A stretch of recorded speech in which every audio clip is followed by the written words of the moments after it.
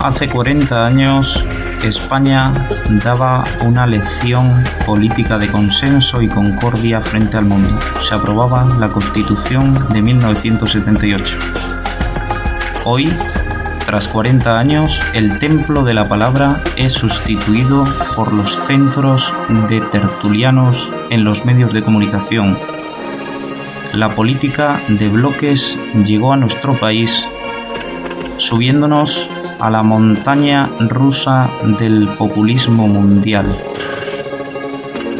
Nuevos escenarios que plantean nuevos retos frente a los problemas. Olvidamos lo mejor de nuestro pasado y rememoramos lo peor. ¿Dónde quedaron los consensos políticos? ¿Dónde quedó la unidad en la lucha frente a las desigualdades? España, como Europa, inmersa en una pandemia que recrudece las posibilidades de afrontar los problemas del hoy y del mañana, vuelve a demostrar que la performance vale más que las instituciones. Vuelve a demostrar el disenso y la discordia en las calles, aunque se vote con mascarillas. Muchos se han ido. Otros muchos quedarán sin un brazo que les ayude. Y otros tantos siguen en su afán rupturista. La unidad como moneda de polarización, las aulas vacías y sin razón, y las colas del paro llenas. Abrazos que en el fondo son codazos. No hay consenso, no hay concordia, hay mucho fuego, no hay debates de ideas. Frente a todo esto, presentamos la razón de la palabra. Síguenos en Twitch.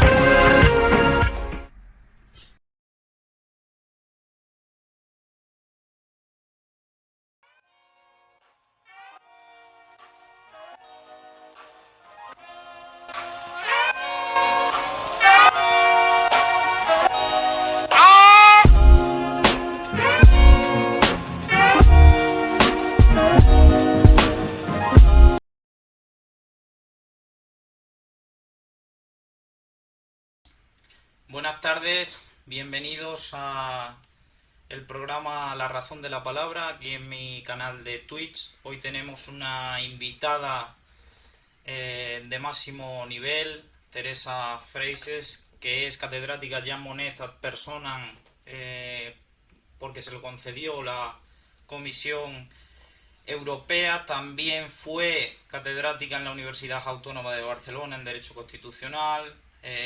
Ha sido presidenta de la Fundación Concordia Cívica.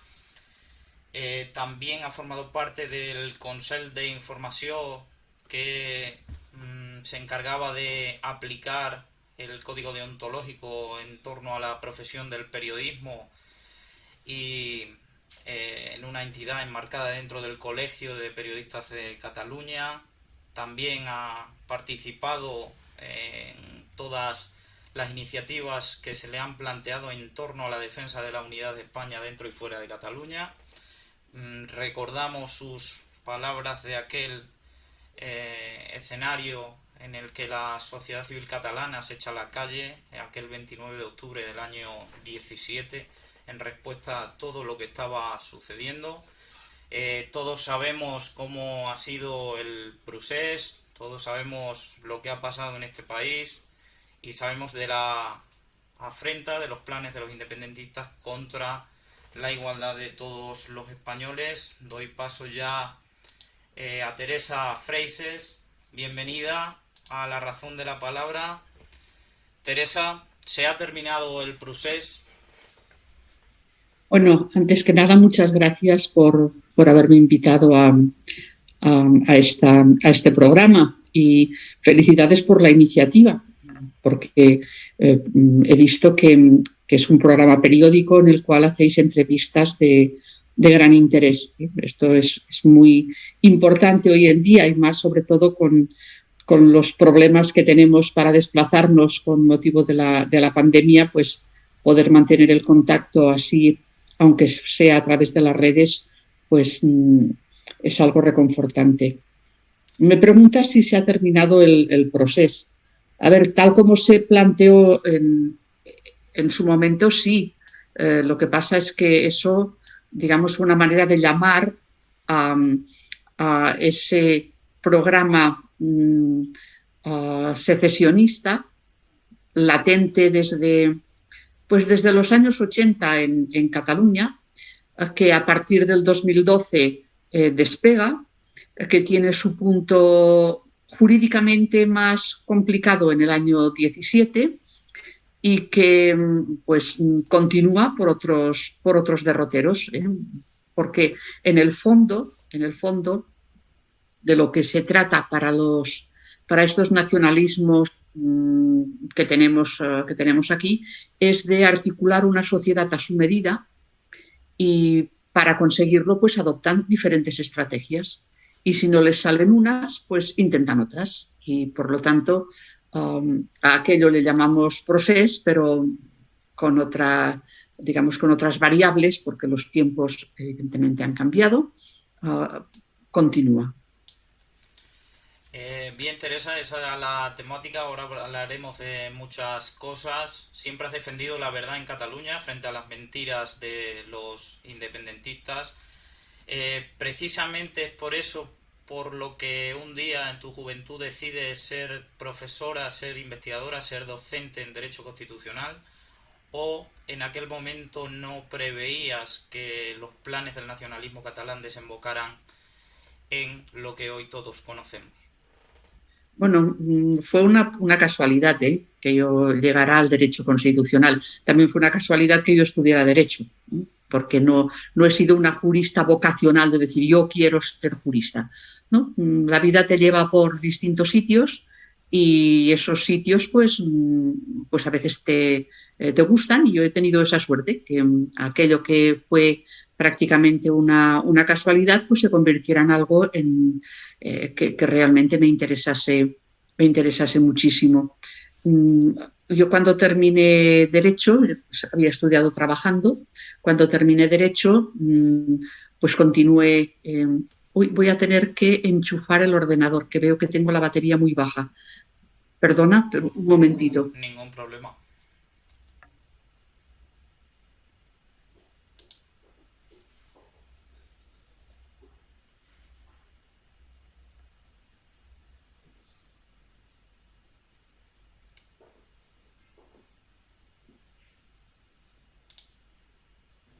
Mis disculpas porque podía haberlo previsto y la verdad es que no he pensado. Bueno, te decía que cuando terminé Derecho, pues yo continuaba trabajando, trabajaba pues a veces en despachos, otras veces en distintos ámbitos. También estuve dando una asignatura que fue experimental durante unos pocos años en los últimos años del franquismo y primeros de la transición, que era formación política, social y económica, en enseñanzas medias. Me gustaba también la docencia y bueno, yo sí que estaba muy implicada entonces en todo lo que era pues el traer la democracia en España. Estaba muy implicada con grupos de la oposición, vivía bastantes temporadas en Francia, en París, en donde pues había tomado contacto con muchos grupos, algunos la verdad, a veces yo decía, esto parece la vida de Brian, porque era un sinfín de grupos y grupúsculos a la espera de que alguien tomara una iniciativa con cara y ojos, como sucedió finalmente con la creación de la Junta Democrática, de la Plataforma de Convergencia Democrática y la Platajunta finalmente. Bueno, pues yo estuve muy implicada en todo ello y se dio la casualidad de que el día de las elecciones del año 77, que yo era apoderada del Partido Socialista Unificat de Cataluña. Yo no he estado nunca en ningún partido político, pero he colaborado mucho bueno, en aquella época con el PSUC y con otros partidos políticos en la democracia, porque lo que me ha importado siempre es las acciones concretas, las cosas concretas en las que se pudiera colaborar. Me gustaban mucho los artículos que Jordi Solé Tura, que era profesor entonces en la Universidad de Barcelona, publicaba en el Noticiero Universal. Eran artículos de política internacional interesantísimos, porque explicaba no únicamente lo que pasaba, sino por qué pasaba, qué coordenadas había, eso qué implicaciones tenía, muy bien explicados. Y yo pensé, yo quiero que este señor me dirija la tesis. Y lo fui a buscar a la Universidad de Barcelona para pedirle que me dirigiera a mí la tesis. Me interesaba en aquellos momentos la transformación de partidos revolucionarios en partidos, digamos, democráticos, cosa que habíamos visto con el eurocomunismo en Italia, con la evolución menos clara que tenía el Partido Comunista francés, o lo que podía suceder en España en la transición, ¿no? Eso me interesaba mucho. Bueno, pues Jordi Solé aceptó y empecé, como tenía yo la facilidad también de estar mucho tiempo en Francia, allí había mucha documentación, empecé una tesis en este sentido. Pero el 15 de junio del 77, que yo era apoderada en esas elecciones por el PSUV para la provincia de Lérida, pues me encontré con un antiguo profesor, el doctor Eliseo Baja, que me propuso que me pensara a ver si quería pues dedicarme a la universidad. Yo, bueno, no lo había previsto, estaba con mi tesis doctoral, pero digamos sin estar encuadrada universitariamente, sino a partir de mi trabajo como abogado, como asesora, etcétera. Y bueno, y así fui a caer en la Universidad de Barcelona en aquellos momentos, que tenía el Estudio General de Lleida, y éramos como aulas de Barcelona porque todavía no había universidad, ¿no? En Lérida. Y bueno, por eso digo que fue una casualidad. Si yo no hubiera estado leyendo los artículos de Jordi Solé, no me hubiera interesado por la política internacional. Si el 15 de junio no coincido con ese otro profesor, nadie me propone entrar en la universidad y, por lo tanto, pues lo que te decía al principio, a veces la vida te lleva por unos caminos que, bueno, piensas, pues vale la pena recorrerlos y así fue. Pero satisfecha con tu labor docente, con tu labor investigadora, ¿no? Bueno, ha sido una carrera muy larga, yo ya soy muy mayor, es decir, que realmente pues ya estoy jubilada y han sido muchísimos años. He tenido una gran cantidad de alumnos que a veces me aparecen por los sitios más insospechados. Me aparece, yo he sido alumno suyo, yo he sido alumna suya. Bueno, ¿en dónde? Digo yo, en Lérida, en Barcelona, en la Autónoma de Barcelona, porque he estado en diferentes sitios. Y la verdad, pues me ha gustado poder transmitirles un conocimiento que no ha sido, en mi caso, totalmente libresco, ¿eh? Porque yo me he dedicado también a la actividad, digamos, práctica del asesoramiento para hacer leyes, no únicamente aquí en España, sino en otros países. Me he dedicado también pues, a asesorar para transponer directivas, para hacer los cambios legislativos en Unión Europea, en Tratado de Ámsterdam, Carta de Derechos Fundamentales, Tratado de Niza, Constitución Europea, Tratado de Lisboa. He estado ahí en los grupos de expertos. Eso te da... Luego, en materia de derechos fundamentales, que es uno de mis ámbitos más queridos, pues he estado trabajando en 10 países de Europa del Este tras la caída del muro para asesorar en la formación de jueces, y eso también te da una experiencia importante. También en América, cuando hacen en los años 90 constituciones, algunas de ellas inspiradas o digamos que tienen una cierta relación porque la consideraron importante, la Constitución Española de 1978. Y claro, pues les he procurado siempre transmitir a mis estudiantes no únicamente conceptos abstractos, sino cómo eso, en el fondo, pues conforma a las sociedades, qué problemas se les crean, cómo se pueden solucionar, cómo se puede garantizar la democracia, qué instrumentos hay, qué peligros. Pues ha sido un poco así. Por tanto, me quedo con esas últimas palabras tuyas en las que hacías referencia al derecho como la ordenación ante eventuales problemas sociales o como respuesta a problemas ya existentes. ¿Cómo llegamos desde el fervor democrático del 78 a lo que tenemos hoy, a una polarización extrema? ¿Y en qué medida ha influido el independentismo catalán, antes nacionalismo, ahora ya independentismo secesionista?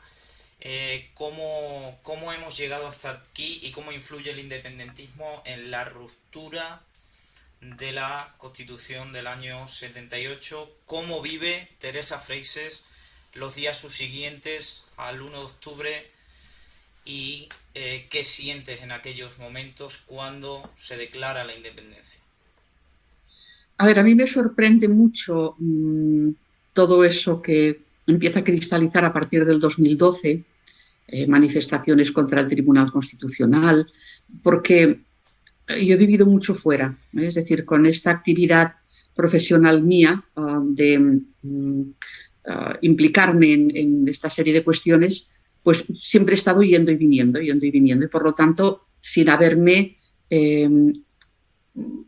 me interesó mucho el proceso de construcción europea, porque creía que podía ser una respuesta importante a los desafíos que el mundo tenía en aquellos momentos y que nosotros como españoles ahí pues estábamos implicados y podíamos contribuir. Y me sorprende mucho pues que empiecen a considerarme una mala catalana porque no he ido a la manifestación contra el Tribunal Constitucional. ¿Aquí qué está pasando? Luego hay otro momento en que me sorprendo muchísimo y es el momento de la ruptura del consenso constitucional cuando no se respeta la jornada de reflexión ante las elecciones que hubo que por desgracia sucedieron después de los atentados del 11M.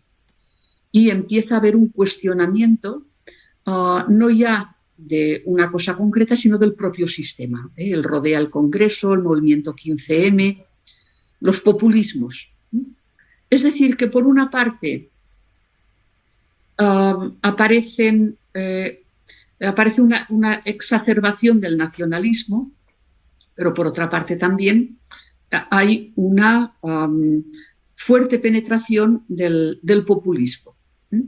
Y la conjunción de nacionalismo y populismo, pues claro, eso es una conjunción. La propia Unión Europea, hace 4 años hicimos una gran celebración sobre el proceso de construcción europea Y el lema que habían escogido las instituciones europeas era no al nacionalismo, no al populismo.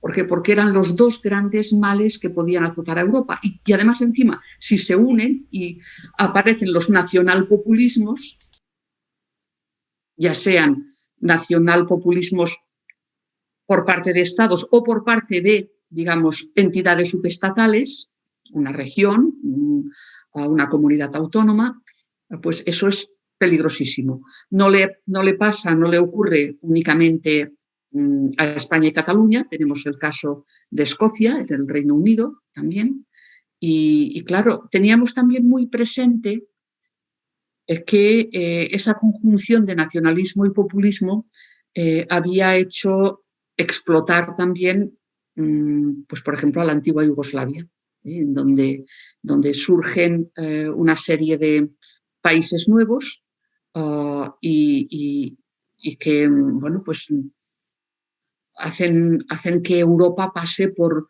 una época muy aciaga, porque si bien en el territorio de la Unión Europea no hubo guerra, en los Balcanes pues el conflicto fue tremendo, con guerra, con violaciones de derechos humanos sistemáticas. Bueno, genocidio ha sido apreciado jurídicamente por parte de los tribunales internacionales. Entonces esto cambia el mundo. Luego viene la crisis del 2008, la crisis económica del 2008, que favorece la expansión. A veces, digamos, lo favorece porque hay elementos objetivos y otras veces porque es aprovechada para que calen según qué mensajes. España nos roba, por ejemplo. Eso se acuña a partir de esa crisis, en donde hubo que hacer grandes ajustes, no únicamente aquí, pensemos el caso de Grecia, que fue realmente complicado. Bueno, pues claro, todo esto confluye en nuestro caso con aquello que ya venía fraguándose desde aquella planificación, hoja de ruta que se adopta en los años 80 de recatalanizar Cataluña, y echando mano de modelos de autodeterminación o de independencia que habían transcurrido en otros lugares, pues la vía báltica, el caso de Eslovenia, el caso del Kosovo, etcétera. Se intenta hacer lo mismo también aquí en Cataluña. Y eso pues cristaliza, aunque previamente ya hay muchas llamadas de atención, que ningún gobierno español, fuera de un lado o fuera de otro, nos hizo caso a los que advertíamos que aquello era peligrosísimo, pues eso cristaliza en el año 2017 pues por una parte, la aprobación de las leyes llamadas de desconexión, la ley del referéndum de autodeterminación, o la ley, digamos, de puesta en marcha de la República.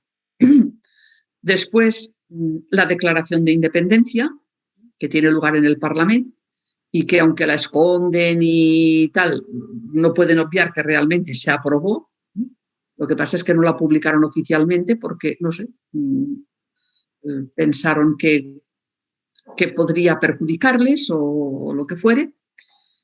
Después viene el 1 de octubre. Yo el 1 de octubre no estaba en Barcelona. Había ido a Extremadura a una tesis doctoral la semana anterior. Y el día 1 yo regresaba, porque fui en coche, regresaba de Cáceres a Barcelona, con las radios puestas, evidentemente, todo el rato, porque aquello era, en fin, era tremendo. Habíamos avisado que eso podía pasar, se había intentado convencer sobre todo a las autoridades del gobierno central que tenían que tomar medidas más específicas y más adecuadas para poder hacer frente a todo aquello. No se hizo, se pensó, no sé, se debió de pensar que eso no tenía importancia, pero bueno, de ahí el secesionismo ha montado todo un relato impresionante, falso. Incluso sacó un vídeo de esa jornada, el Help Catalonia, que lo encargó a una empresa que había hecho también un vídeo muy similar por el Help Ucrania, y digamos lo hicieron tan parecido que hasta se les colaron imágenes del Maidán de Kiev dentro del vídeo Help Catalonia. Es decir, un montaje muy, muy bien hecho técnicamente y muy llamativo, digamos, y que si no sabías tú que realmente aquello era un montaje, te lo podías incluso llegar a creer. Entonces fueron unos días realmente difíciles. ¿En qué momento estamos ahora, Teresa, tras pronunciarse el Parlamento Europeo respecto de las inmunidades de Puigdemont, de otros políticos fugados que además tenían el acta de europarlamentarios? ¿Y qué va a ser del futuro inmediato de esta generación de independentistas, de los que iniciaron y acabaron el proceso? Y si hay ya una nueva generación de independentistas trabajando en eso que publicaba el otro día Cristina Segura en El País, que el procés pasa a llamarse embate democrático contra el Estado, que consistirá en lo mismo de siempre. ¿Cómo ves el antes y el después, sobre todo el después de esta afrenta independentista? Bueno, los partidos y organizaciones secesionistas y la propia Generalitat intentaron hacernos creer que Europa esperaba con los brazos abiertos a una Cataluña independiente. Habían desplegado una gran actuación en el extranjero, a través de sus organizaciones, a través del Diplocat, el Departamento de Acción Exterior de la Generalitat. Ello no tuvo ningún eco en las cancillerías, un poquito en algunos parlamentos en donde había pues partidos políticos que podían tener simpatía por el nacionalismo catalán, como puede ser en Escocia o como podía ser en algunos otros lugares. Y bueno, y eso pues tenía su influencia también en la opinión pública, porque claro, si no se hacía o si no se proporcionaba una información de calidad que reflejara exactamente lo que pasaba, pues yo, por ejemplo, alguna vez he tenido que ir a diferentes países después de que hubieran pasado por allí los amigos del Diplocat y me llamaban de las universidades a las que habían ido y decían, por favor, ¿puede venir a explicarnos qué es lo que está pasando en Cataluña? Porque parece ser que les intentaban convencer de que Cataluña estaba pues prácticamente camino a la independencia. Claro, esto pues origina que haya una confusión dentro del independentismo, que ellos intentan aprovechar, por ejemplo, en el Parlamento Europeo, porque los partidos independentistas también tienen eurodiputados, lógico, es decir, si se presentan a elecciones y la gente los vota, pues se integran en el Parlamento Europeo. Y entonces, pues, esperaban también desde la Generalitat que el Parlamento Europeo les favoreciera, un poco como pasó con Eslovenia, donde primero el Parlamento Europeo fue reticente, pero después apoyó la independencia de Eslovenia. Pero, ojo, Eslovenia no estaba dentro de la Unión Europea. Es decir, aquí hay un pequeño matiz que es una, digamos, una cascada de 40 metros, ese pequeño matiz. Fuera de la Unión Europea es posible que un Estado pues, pueda tener una secesión de parte de su territorio. Dentro de la Unión Europea lo tiene muy claro. Se respeta la integridad territorial de los Estados. Y esto es algo que está dentro de los propios tratados europeos y esto es algo que la Unión Europea lo ha reafirmado. Incluso este mismo año ha adoptado una declaración por la cual afirma que dentro de la Unión Europea no cabe la autodeterminación. Es decir, que Unión Europea eso lo tiene muy claro. Pero bueno, ellos, por una parte, intentaron ir al Parlamento Europeo para vender su producto, por decirlo de alguna manera, pero después, por otra parte, han intentado utilizar el Parlamento Europeo para poder zafarse de la acción de la justicia española.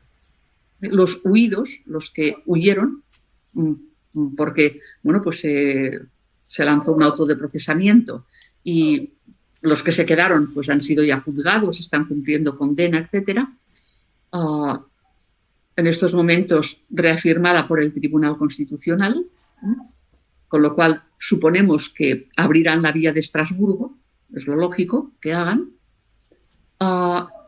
En cambio, los que huyeron, pues para poder zafarse de las euroórdenes, de la Orden Europea de Detención y Entrega, tenían que buscar algún tipo de inmunidad. Y entonces pensaron en la inmunidad que podía proporcionar ser europarlamentario. Y de ahí que fueran incluidos en listas, porque como eso se rige con el sistema electoral de cada uno de los países, en la mayor parte de países europeos no se hubieran podido presentar a elecciones, porque estaban requeridos por la justicia. En cambio, nosotros aquí tenemos una legislación que es realmente muy garantista, muy generosa. No es inelegible una persona que esté procesada por delitos tan graves como los que se imputan a estas personas y, por lo tanto, pues se pudieron presentar, salieron elegidos. Ahí han intentado mantenerse, pero claro, como el proceso judicial en España sigue su curso, pues se pidió el suplicatorio para poderlos procesar. Eso tiene también su trámite, dura su tiempo. Finalmente el Parlamento Europeo ha concedido el suplicatorio y ahora estamos pendientes de una cuestión prejudicial que el magistrado instructor, el juez Llarena, ha presentado al Tribunal de Justicia de la Unión Europea para ver de qué manera se tiene que interpretar la euroorden para poder evitar los problemas que nos pone sistemáticamente en estos casos concretos, no en otros, pero en estos casos concretos, la justicia belga. Así que estamos ahí. ¿Qué es lo que va a pasar con ellos? Evidentemente han surgido nuevos, entre comillas, líderes o nuevas personas. Algunas ya venían de los propios partidos políticos, otras han ido apareciendo. Hay un recambio generacional dentro de lo que es la dirección del independentismo. Habrá que ver hacia dónde ahora se mueve, porque, insisto, esa confluencia independentismo-populismo, unido, como siempre, Barcelona es muy atractiva para el anarquismo internacional. Yo me acuerdo que cuando preparábamos la Carta de Derechos Fundamentales, años 2000, y el Tratado de Niza, ya en aquellos momentos en Barcelona no se pudieron hacer unas cumbres europeas porque Barcelona estaba tomada por el anarquismo internacional. Y es el anarquismo internacional porque esos mismos grupos yo me los encontraba en Niza, en París, en Berlín, en Roma, en todas partes. Y que cuando les convenía o cuando estaba dentro de sus objetivos caían también sobre Barcelona. Bueno, esto continúa sucediendo. Hay una vis atractiva del anarquismo internacional y Barcelona entre ellos, y esto añadido al populismo, añadido al secesionismo, pues hace que a veces haya estallidos, como hemos visto pues en los últimos meses. Teresa, ¿va a incrementarse este radicalismo en Cataluña? Porque las imágenes que veíamos en torno al encarcelamiento del rapero Pablo Hasél, encarcelamiento conforme a derecho y por sentencia firme, desencadenó toda una serie de actos violentos que eran como una segunda parte de esos movimientos, esas movilizaciones que hay contra la sentencia firme del Supremo que encarcela a los líderes secesionistas. Cuando no pueden ganar por vía de la ley, y cuando no pueden ganar ya tampoco casi por la vía de los hechos, porque hay mucha gente trabajando, entre ellas tú, para que la verdad salga a la luz y sus mentiras queden desnudas, les queda como último recurso la violencia. ¿Crees que van a utilizar la violencia para seguir enfrentando a los ciudadanos de media Cataluña contra la otra media Cataluña? Es posible, pero ojo, son muy minoritarios. Son grupúsculos muy minoritarios.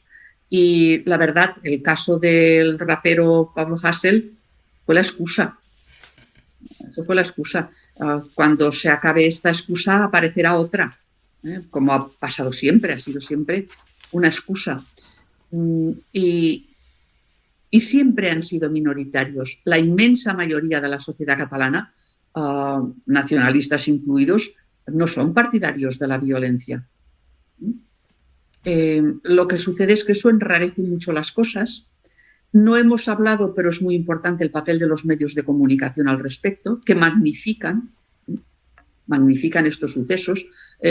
La semana aquella que hubo activismo cada día con el tema este de Pablo Hasél, la excusa, digamos, bueno, es que tenías las televisiones en directo todo el tiempo ahí y te dabas cuenta, bueno, eso son 100 personas, 150 personas, ¿y eso qué significa dentro de la sociedad catalana? Claro. Es una cosa totalmente minoritaria, totalmente minoritaria. El problema está cuando las instituciones los acogen, les dan cobijo, y cuando los medios de comunicación los magnifican. En este sentido, ¿cómo ha formado parte de ese Consell de Información? ¿Cómo ves el papel de la televisión pública catalana, de TV3, en los que los espacios que tiene esa televisión? Hace unos días Javier Cercas, un catalán de adopción, pero extremeño de nacimiento, pone en conocimiento ya de la policía, en conocimiento de la justicia, porque no puede más, y así lo declara, todo el acoso independentista. ¿Lo has sufrido en tus carnes o crees que hay personalidades públicas que están sufriendo y siguen sufriendo este acoso? Sí, no, este acoso es real, lo sufrimos día a día, a nivel personal, en las familias, digamos. Hay que pensar que esa confluencia nacional populista ha decretado la muerte civil de todo aquel que no sea de los suyos. Y si tiene voz pública, con mayor motivo. Y si no los pueden liquidar de una manera, los intentan liquidar de otra. Te intentan meter miedo, te intentan desacreditar. Eso es el pan de cada día desde hace años. Afortunadamente, no todos los medios de comunicación se hacen eco de estas tácticas. Son unos determinados medios de comunicación que ellos tienen como muy hechos suyos, por decirlo de alguna manera.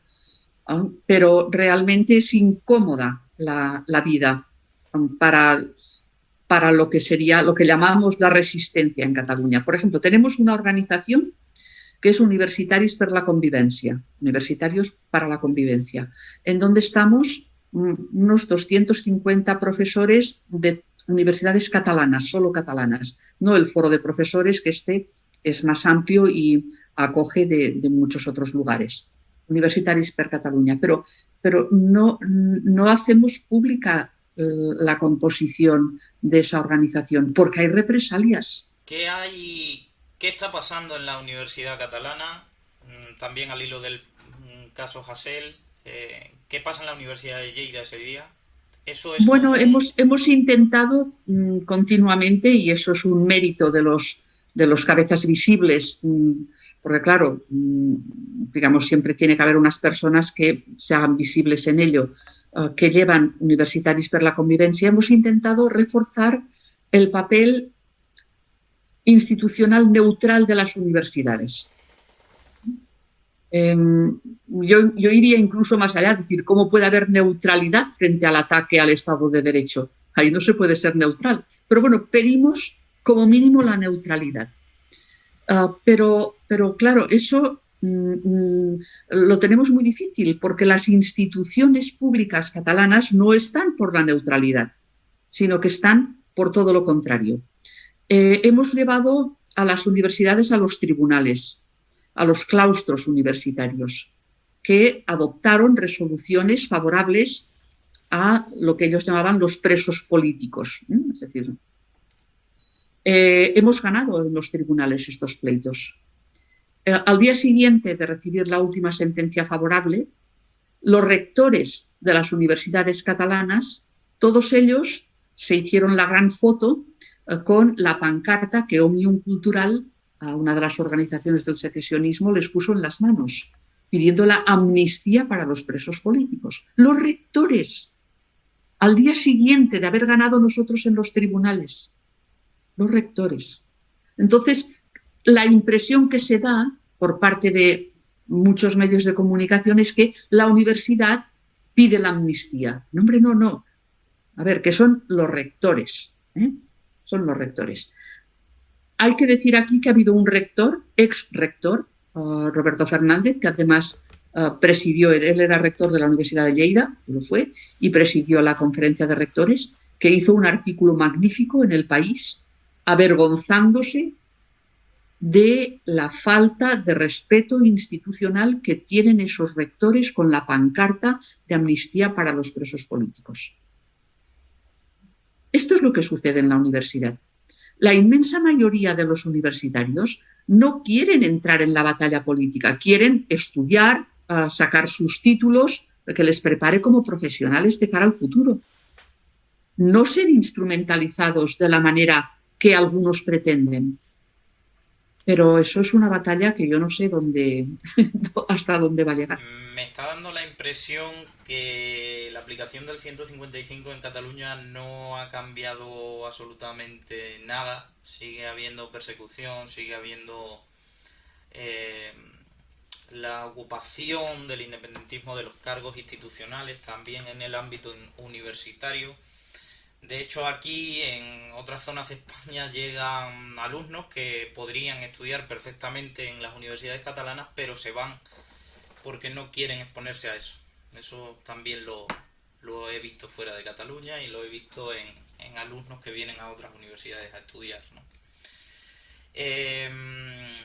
¿Qué posición tiene ese nuevo Consell de la República, que es como un órgano paralelo a la organización institucional de la Generalitat? Eso es Alicia en el País de las Maravillas.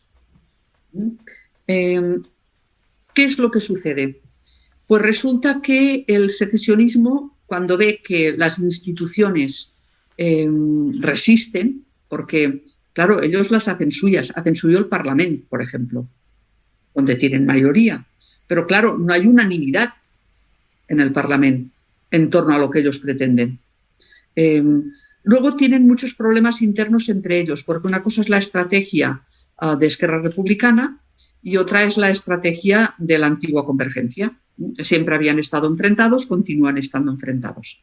Entonces, como ven que no se salen con la suya, ¿cuánto tiempo hace que hicimos las elecciones en Cataluña y no hay manera de formar gobierno?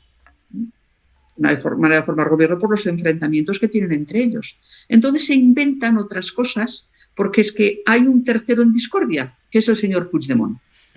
El señor Puigdemont pretende ser el presidente legítimo de Cataluña, se llama a sí mismo el presidente legítimo. Lo peor del caso es que algunos de los suyos también le llaman presidente legítimo. Entonces, ¿qué pasa? Que el presidente institucional en Cataluña ahora está en funciones, pero el que tuvimos durante los 2 años anteriores era el presidente ilegítimo. Es decir, y como resulta que no pueden dominarlo el Parlamento para que haga solo lo que ellos quieren, porque a veces es imposible, pues se han inventado el Consell per la República. Ya lo tenían medio pergeñado en la ley de instauración de la República del año 17. Lo que han montado ahora no es exactamente igual, porque esto es, por una parte, para pasar el cepillo, es decir, recaudar, porque el gasto de mantener Waterloo y la Corte es importante, y entonces por una parte sirve para recaudar y por otra parte para hacer frente a lo que son las instituciones legales de Cataluña, porque ellos las leyes las cumplen si les conviene, si no les conviene, como si no existieran. Y quieren que sea este Consell per la República el que dirija, bajo la égida de Puigdemont, esta nueva etapa, digamos, de la construcción de la República Catalana. A ver, digo, esto está entre Avatar y Alicia, el País de las Maravillas, porque, en fin, no tiene ninguna lógica.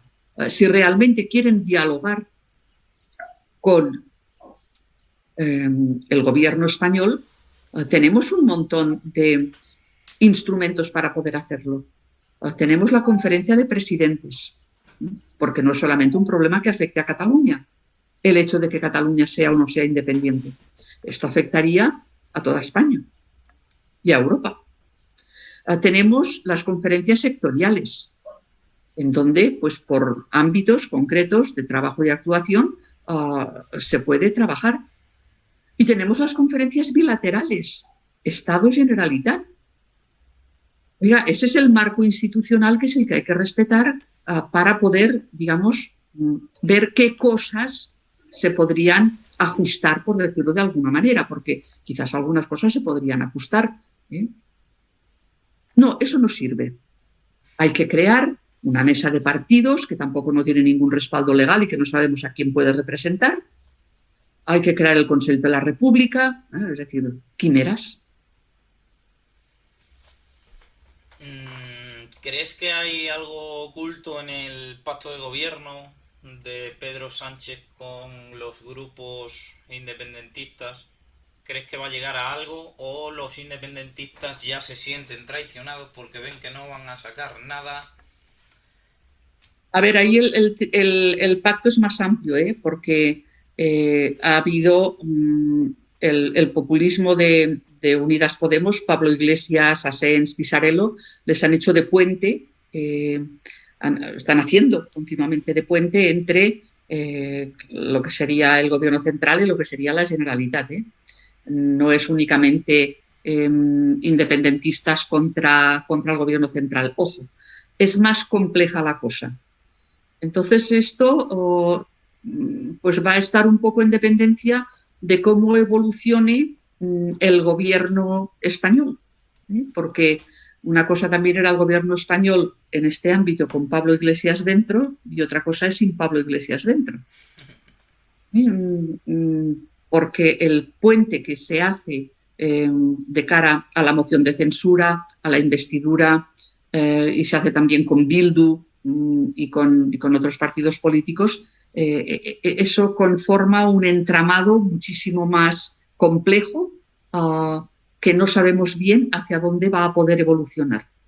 Ahora estamos en una especie de impasse porque las elecciones en la Comunidad de Madrid lo están capitalizando todo, pero veremos después del 4 de mayo cómo se recompone o no todo este entramado que pasa por diferentes vías.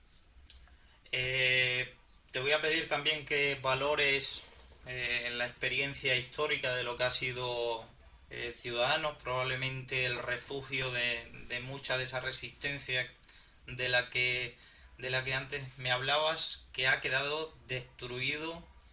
¿Por qué, visto desde Cataluña, ha sucedido esto?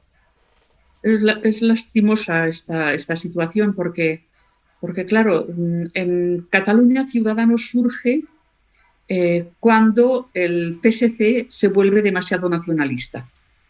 El Partido Socialista Catalán, el PSC, coge una vía muy de carácter nacionalista y precisamente los intelectuales que dan origen al partido salen de las filas del socialismo catalán, ¿no? Es decir, no salen de otro sitio.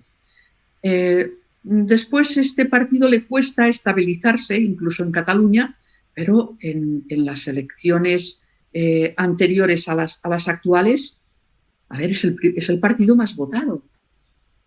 y con gran diferencia sobre el resto de partidos constitucionalistas, es decir, el partido que cristaliza el constitucionalismo en Cataluña.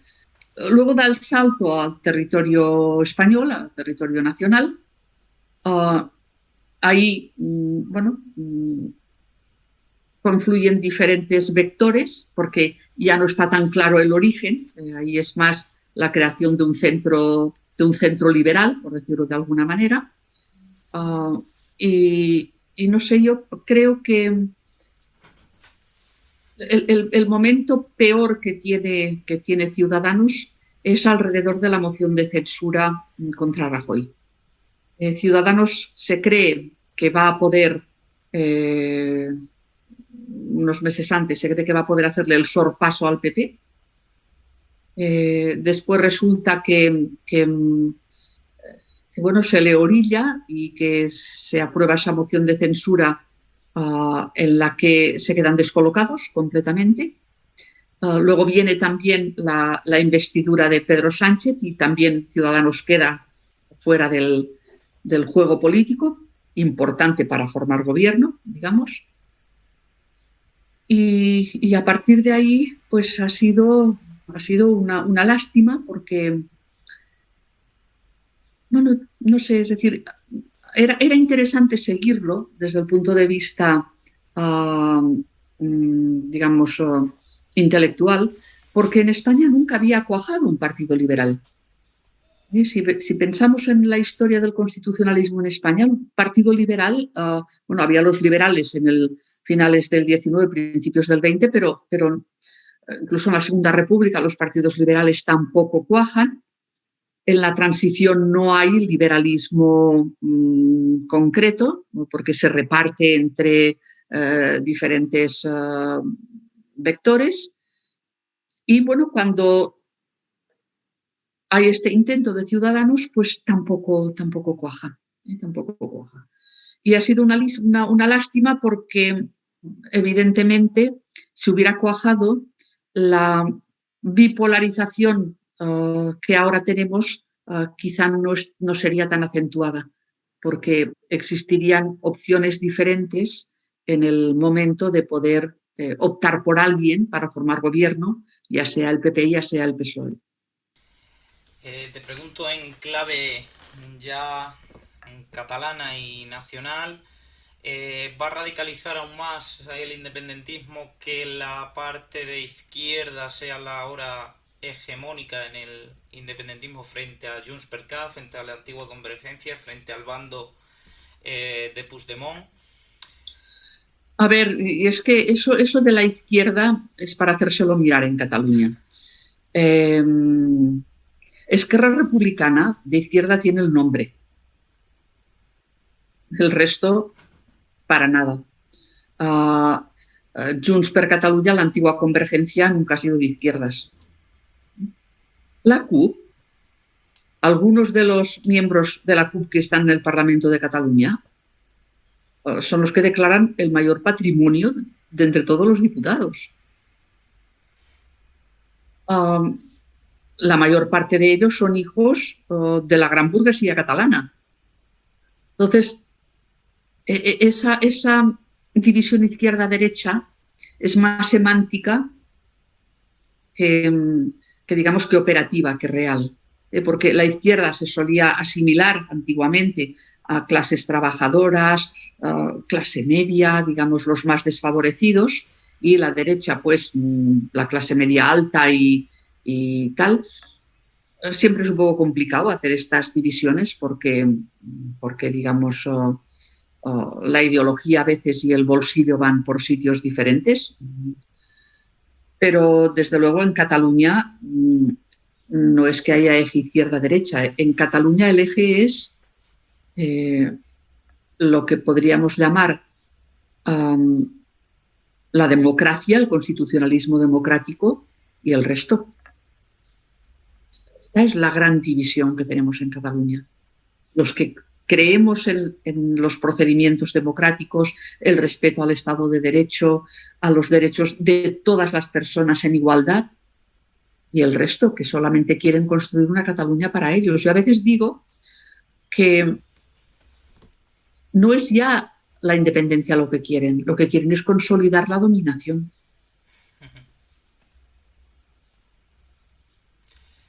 Dominación y subyugar al que piensa diferente, ¿no? Claro. Una cosa que tanto, por desgracia, vivieron también los vascos, incluso con vidas Pues sí. de por medio. Sí. Te tengo que preguntar también por esto. ¿Crees que se puede banalizar la violencia que ejerció ETA? Sé que por desgracia te tocó de cerca. ¿Crees que la debemos olvidar? ¿Crees que la debemos proteger en términos de memoria democrática?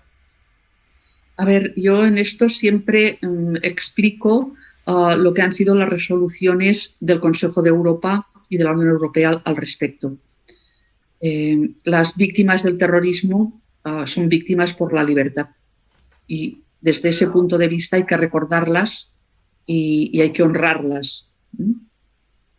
Lo que no se puede tolerar es que se intente manipular todo este concepto porque ha sido muy doloroso para no solamente las familias, digamos, que han tenido fallecidos, que las hay, la nuestra, por ejemplo, sino, pues bueno, un montón de personas perseguidas, heridas en atentados, personas que han tenido que rehacer sus vidas fuera del lugar en donde están, de donde eran y donde querían continuar, digamos, con su trayectoria vital y han tenido que irse a otros lugares.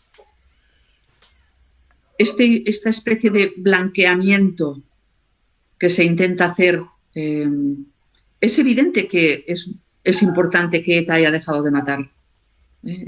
Es evidente, eso es muy importante, que al final se la haya podido derrotar desde ese punto de vista. Pero ojo, no olvidemos que sembró una semilla muy potente y que con otras actuaciones y con otros métodos esa semilla continúa haciendo de las suyas.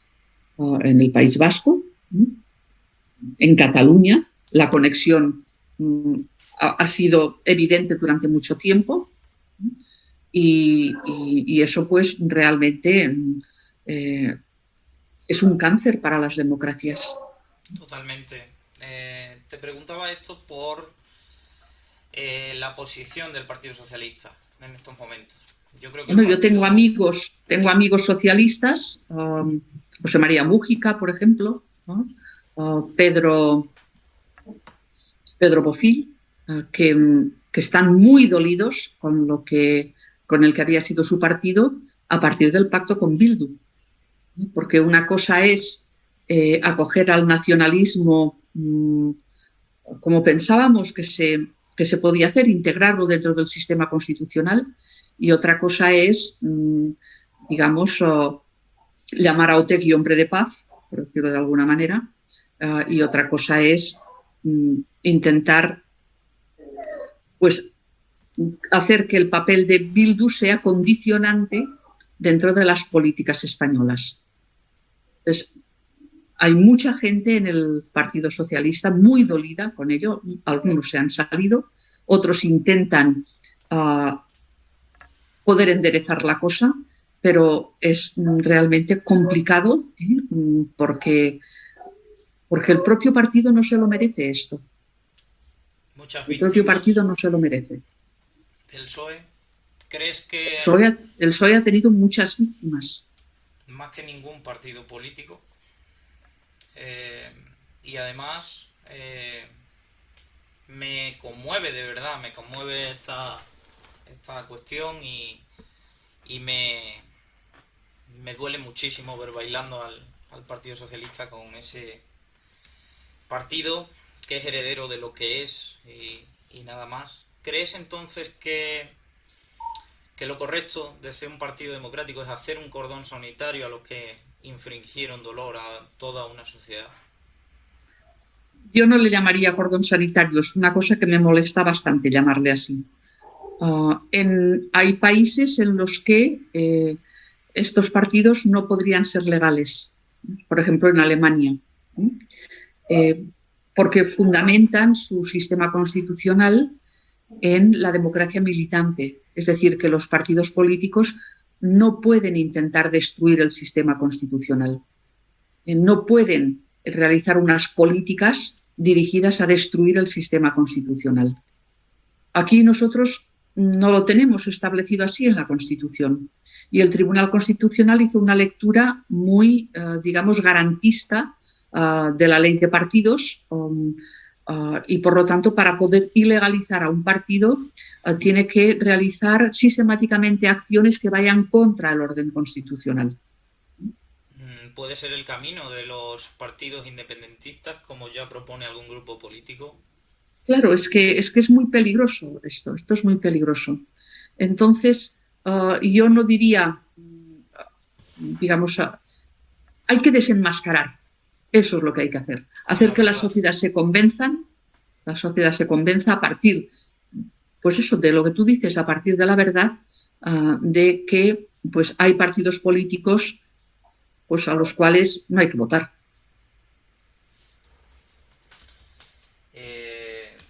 No se puede decir más claro, Teresa Freixes, el voto es el arma que tenemos para cambiar el poder, pero el voto también tiene que anticiparse de un ejercicio reflexivo y los ciudadanos deben seguir pensando, sobre todo la mitad de Cataluña, si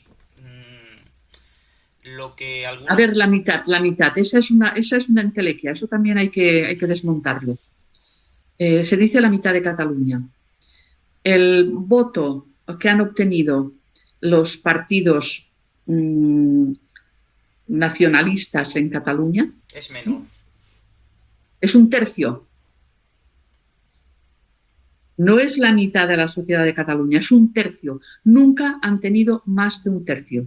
Lo que pasa es que, por efecto del sistema electoral, el reparto del voto en las circunscripciones, etcétera, pues puede ir 2-3 puntos para arriba, 2-3 puntos para abajo.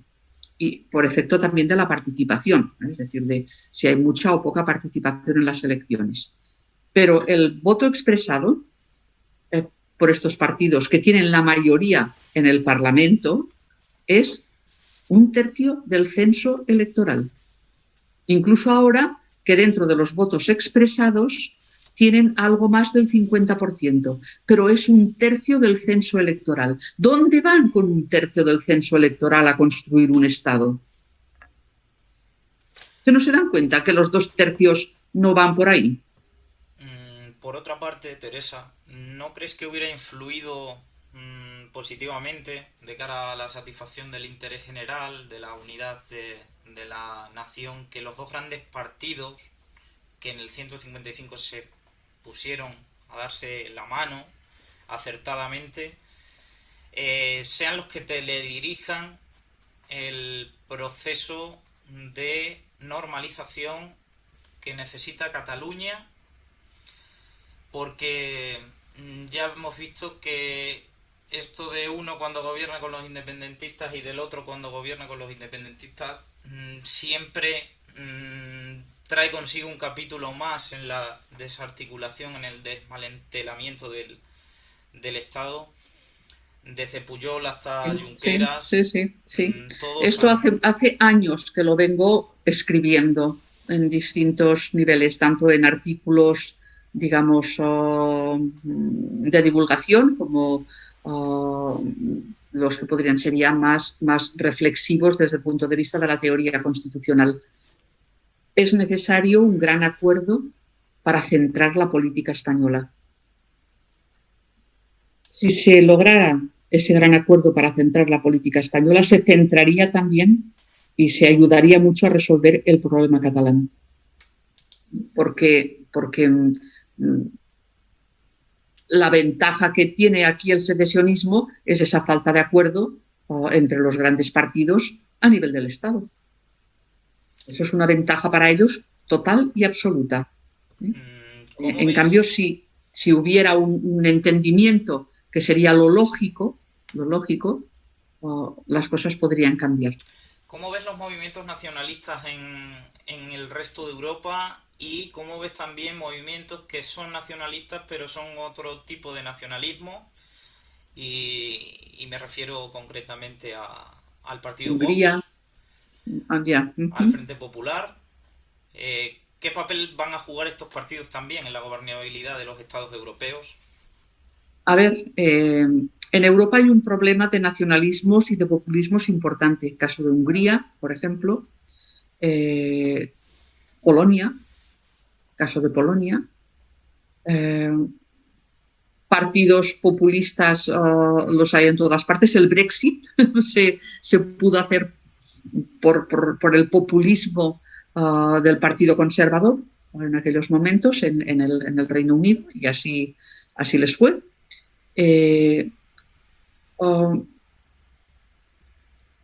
Dentro del Parlamento Europeo tienen alrededor de unos 50 y pico diputados, estos partidos más, digamos, populistas, nacionalistas.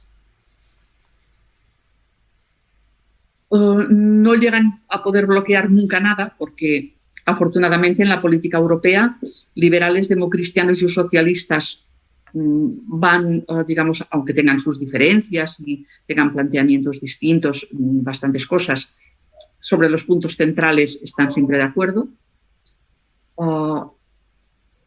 Pero eso es un problema. Yo me acuerdo el desembarco triunfal de Pablo Iglesias en el Parlamento Europeo fue firmar juntamente con esos populismos europeos prácticamente de extrema derecha una petición para que el euro se empezara a desmontar. Para que el euro se empezara a desmontar. Es decir, que bueno, evidentemente eso no pasó de recoger las firmas de esos diputados y punto y se ha acabado. El euro no se va a desmontar, evidentemente. Pero sí que son un poco una piedra en el zapato a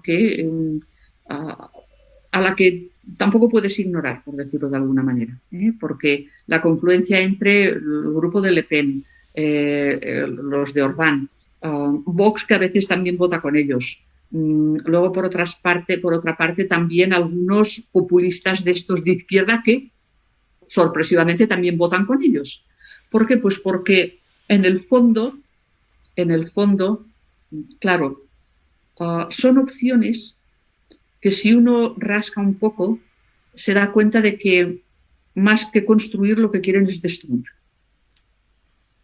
Y entonces se ponen de acuerdo cuando ven que algo puede ayudar a destruir aquello contra lo que quieren luchar. Ellos, como son nacionalistas, ultranacionalistas, no quieren que la Unión Europea les pueda imponer políticas. Bueno, suerte hemos tenido de la Unión Europea ahora con la pandemia. Totalmente. Porque económicamente yo no sé qué hubiera pasado sin el Banco Central Europeo, sin los fondos que han ido llegando de la Comisión y sin el fondo del Regeneu, el fondo de regeneración que ahora se está de alguna manera tramitando. Sin esto, ¿qué hubiéramos hecho? Totalmente. Yo dije la semana pasada que la Unión Europea es lo mejor que le ha pasado a España en la historia. Y por supuesto. También lo hemos visto la semana pasada, yo lo decía al hilo de la intervención de las instituciones europeas en la afrenta política contra la independencia del Poder Judicial, ¿no? Incluso en ese tipo de cuestiones, en la defensa del Estado de Derecho, sin la Unión Europea, ¿qué habría hecho España con todos estos temas que hemos tratado? No solo Unión Europea, Comisión de Venecia, también Consejo de Europa. Es decir, que nuestra inserción en Europa es en el seno de estas organizaciones que evidentemente pues ya tienen una línea política muy clara de defensa de unos valores muy determinados, que empiezan con tres, con el Estado de Derecho, la democracia y los derechos humanos, y luego pues se añaden el valor de solidaridad, el de respeto a las minorías, digamos lo que han conformado el cuerpo de los valores europeos. Pues Teresa, más de una hora de entrevista, no te quiero robar mucho más tiempo, pero sí que te voy a pedir antes de que te vayas que lances un mensaje sobre todos estos temas y sobre la victoria de esa resistencia que algún día venceremos, de esa resistencia que a través de la razón y de la verdad algún día vencerá en Cataluña y vencerá en España. Teresa, tienes la palabra para despedirte de todos los que nos están viendo y los que nos verán en estos días próximos. Pues el mensaje sería continuar en la defensa de esos grandes valores europeos, del Estado de Derecho, la democracia, los derechos humanos en igualdad para todos, en Cataluña, en España, en Europa, y desde luego una defensa en nuestro entorno, porque a veces con cosas que se hacen en el entorno cercano, si son muchas las personas que los van haciendo, al final, pues cada granito de arena va formando una duna y al final está, digamos, el desierto desde el punto de vista de la grandeza de lo que sería esa ciudadanía que trabajara para la consecución efectiva de esa serie de valores. Muchas gracias, Teresa, por tu intervención en este programa, por tu paciencia conmigo y con todos los problemas técnicos que surgieron aquel 12 de abril. Muchas gracias por estar aquí, de verdad. Gracias a vosotros. Teresa Freixes, muchas Esto gracias. también, con ello también contribuís a esa defensa. Muchas gracias, es lo que pretendemos, dar verdad, acabar con la polarización. Muchas gracias, Teresa, me despido ya de ti y nos vemos pronto, bien sea en Salamanca o bien sea fuera de Salamanca. Eso es, sí. Muchas gracias. Cuidaros mucho. Hasta luego, Teresa. Hasta luego. Bien, hemos tenido a Teresa Freixes en la razón de la palabra y todo el discurso ha ido en torno al significado de la polarización, mucho de lo que saben los independentistas en Cataluña, mucho de lo que supieron otros que se parecen mucho a ellos en el País Vasco hace unos años y lo continúan haciendo, y mucho que vemos estos días por parte de los extremos en las elecciones de Madrid. Vaya por delante que queda condenada cualquier tipo y toda condena, pero no se use, por favor, para polarizar, ni hacia un lado ni hacia otro. Como ha dicho Teresa, primero la verdad que la paz, que diría Miguel de Unamuno, y es que con la paz solo puede haber verdad, y solo a través de la verdad se puede escuchar la paz. Por tanto, la violencia lejos, la verdad frente a las mentiras, la razón frente a la sinrazón y la razón de la palabra cada semana aquí en este canal de Twitch.